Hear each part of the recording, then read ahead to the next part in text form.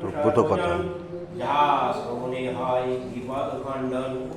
একদিন নারদ মুনি ঘুমোতে ঘুমিতে উপস্থিত হন আসি কৈলাস ধামেতে। সেই কালে হরগৌরী বসিয়া দুজনে বলিতেছিলেন কথা বসিয়া নির্জনে। সহসা নারদ সেথা উপনীত হইল, ভক্তি ভরে মায়ের প্রণাম করিলেন।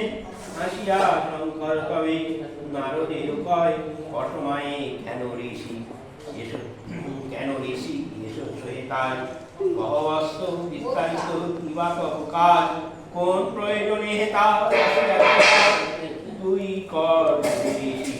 বলেন শিবেরে কিছু কথা জিজ্ঞাসিন হেনু তব পুরে।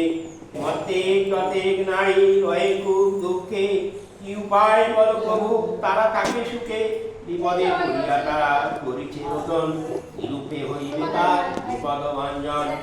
মহাদেব কহে ঋষি ভালো জিজ্ঞাসিলে, বিপদ তার নির্গত দুঃখ যায় চলে। স্বামী পুত্র পরিজনে দীর্ঘ আয়ু হয়, বৈদব্য হইবে না তার জানিবে নিশ্চয়। শুনিয়া নারদ ঋষি শুনিয়া নারদ ঋষি মর্তে শুনিয়া নারদ ঋষি শিবেরে কইল, মর্ত নামে এই ব্রত কেবা করেছিল। এই কথা শুনিয়া শিব নারদের কয়ে, বিপদ তার নিব্রত সর্বপাপ দহে। পূর্বে এক রাজা ছিল কৈটল্য নামেতে, রানী তার রূপবতী অতি পতিব্রতে।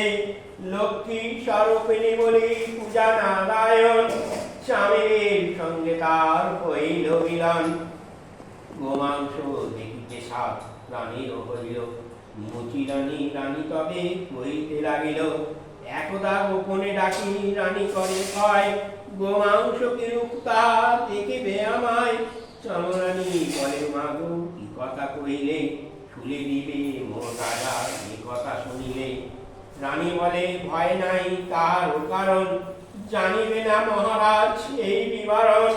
গোপনেতে এলে তুমি কেউ না দেখিবে, লুকায়া আনিও মাংস মরে দিয়ে যাবে।